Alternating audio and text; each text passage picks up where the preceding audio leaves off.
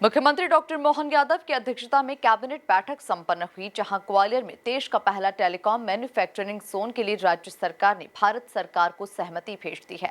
Deputy CM Rajendra Shukla ने फैसलों की जानकारी देते हुए बताया कि गर्मी में पेयजल की समस्या और जल गंगा संरक्षण अभियान के तहत मंत्रियों ने नदी, तालाब, कुएं जैसे जल स्रोतों की समीक्षा करने के निर्देश दिए। देखिए खास रिपोर्ट। आज मुख्यमंत्री डॉक्टर मोहन यादव जी की अध्यक्षता में कैबिनेट की बैठक संपन्न हुई है।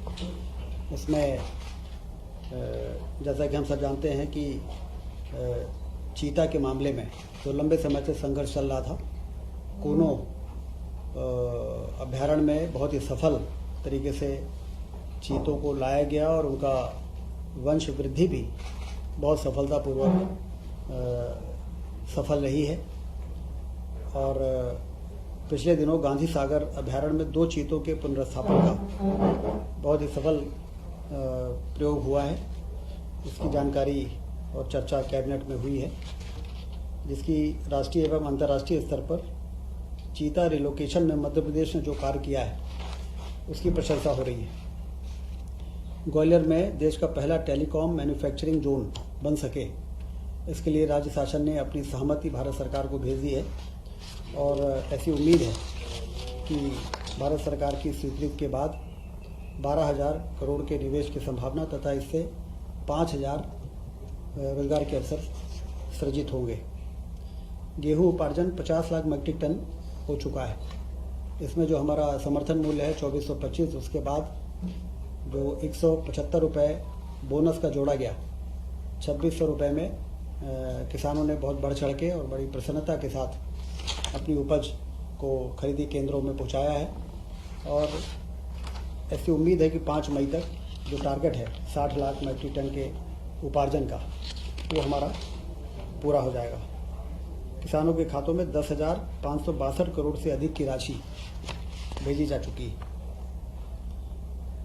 ग्रीष्मकाल में पेयजल व्यवस्था की सतत समीक्षा की जाए, इसका निर्देश माननीय मुख्यमंत्री जी ने सभी प्रभारी मंत्रियों को दिया है कि अपने अपने प्रभार जिलों में दौरे के समय पेयजल की समीक्षा जरूर करें।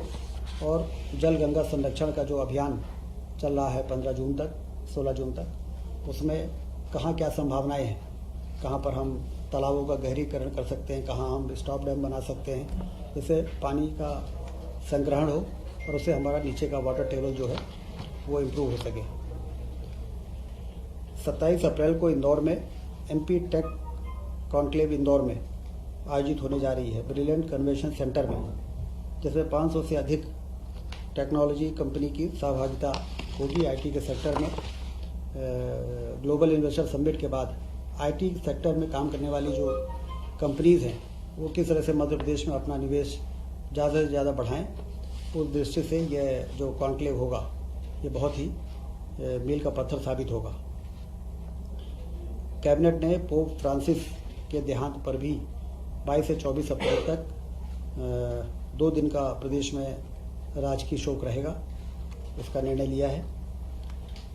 ट्रांसफ़र पॉलिसी अगली मंत्रिपरिषद में जो 1 मई से 31 मई तक प्रभावी रहेगी, लाने का भी निर्णय मुख्यमंत्री जी ने निर्देश दिए। टाइगर रिजर्व के बफर जोनों में आमतौर पर देखा जाता है कि टाइगर और मनुष्य के बीच में मुठभेड़ के कारण दुर्घटनाएं होती हैं। तो बफर जोन में कुछ विकास के ऐसे कार्य जिससे कि इसको रोका जा सके, 145 करोड़ की सीमा तक विभिन्न प्रकार के कार्य किए जाएंगे। मध्य प्रदेश के 9 टाइगर रिजर्व से लगे बफर क्षेत्रों में 4 वर्षों में टाइगर की संख्या 526 से बढ़कर 785 हो गई है। तो स्वाभाविक है कि अगल बगल के गांव में टाइगर और मनुष्य के मुठभेड़ और जो हमारे हर्बी बोरर्स हैं, गाय हैं, और इनमें भी हमला हो जाता है। संवेदनशील वन क्षेत्रों में चेन लिंक फेंसिंग की जाना आवश्यक है। इसके लिए एक नवीन योजना की नितांत आवश्यकता है। इसको ध्यान में रखते हुए 25-26 और 27-28 3 वर्षों में 145 करोड़ रुपए खर्च किए जाएंगे।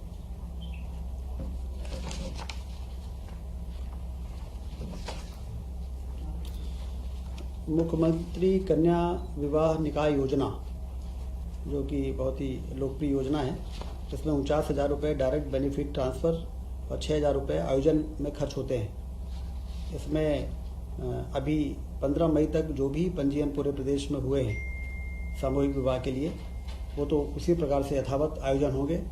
और भविष्य में अब इसमें कुछ संशोधन करते हुए ये निर्णय लिया है कि कम से कम 11 और अधिकतम 200 जोड़ों का ही एक स्थान पर विवाह होगा, जिससे कि व्यवस्था ज़्यादा बेहतर हो सके और ज़्यादा ठीक प्रकार से जो वर और वधू के परिवार और परिजन इकट्ठे होके जैसा एक व्यवस्थित तरीके से उनके विवाह के आयोजन हो।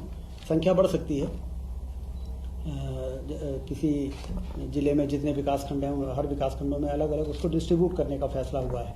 एक ही जगह 1000-2000 जो शादियां होती हैं उसमें एक मेला जैसा हो जाता है और लोग शादी का उतना आनंद नहीं ले पाते हैं। तो उस दृष्टि से मैक्सिमम 200 और न्यूनतम 11 जोड़े भी यदि हैं तो भी सामूहिक विवाह के लिए वो एलिजिबल हो जाएंगे और उनको जो राहत राशि, सहायता राशि 49,000 रुपये वो उनको प्राप्त हो सकेगी।